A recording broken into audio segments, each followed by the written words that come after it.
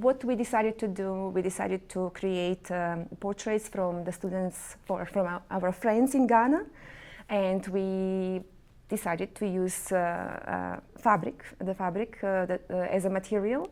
We used the food from our cafeteria. We have a cafeteria here in our school, and we have concluded that daily there is a lot of leftover from that food that is thrown away. And it made us feel really good that that was not a waste, that we actually used the food to create the natural dye, and then use the dye to create beautiful art pieces like these portraits here. So the experience was really good because we learned the process of creating the natural dye. We did it in the classroom with Liz and Branson, and they taught us how to do it. And after we had our fabric dried, we experimented with the material. The goal was to create portraits from our students in Ghana, and the goal was to make them dimensional. So we explored a lot with that, and with sewing and just cutting the fabric and tying the fabric, and we faced a lot of challenges. It was not easy because it was a new material for me, but I think it was new for the students as well. We made a lot of mistakes and we messed up a lot of things, but in the end, everybody was very excited about the process, and we are happy with the result. I think we need more of these kinds of projects because it wasn't really just here it is, this project, here are the materials, and be creative.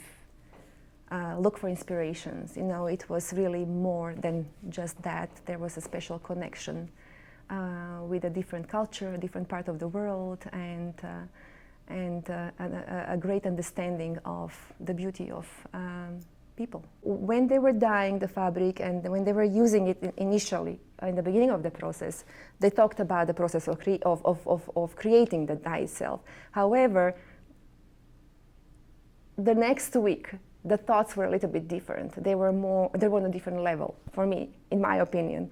They started talking about how they have so much in common with these people. So the conversation went from, oh, you know, this is not easy to do. We are so glad we are not wasting the food. How must it feel for our friends to be in a different culture comparison to ours? What are their circumstances like? Obviously, we learned they're not the same. So the conversation went from that kind of thought to, hey, isn't it great that my friend from Ghana likes soccer too, just like I do? Or my friend from Ghana told me that roses are her favorite flowers.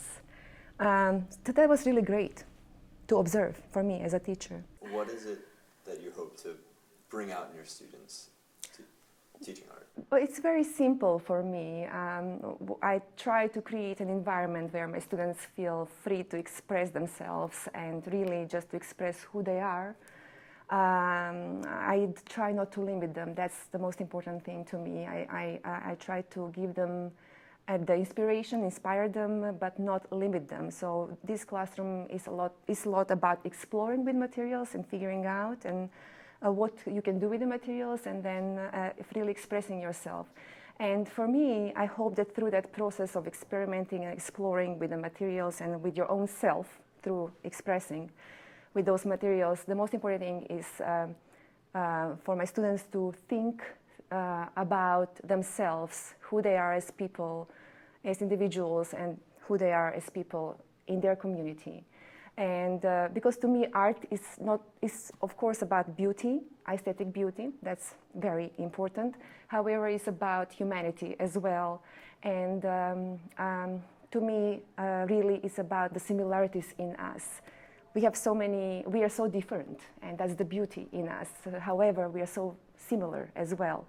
And I think that to me, the most important thing is that my students understand our similarities, and they are really our heart and our soul and our hope. And those three, for me, really represent art.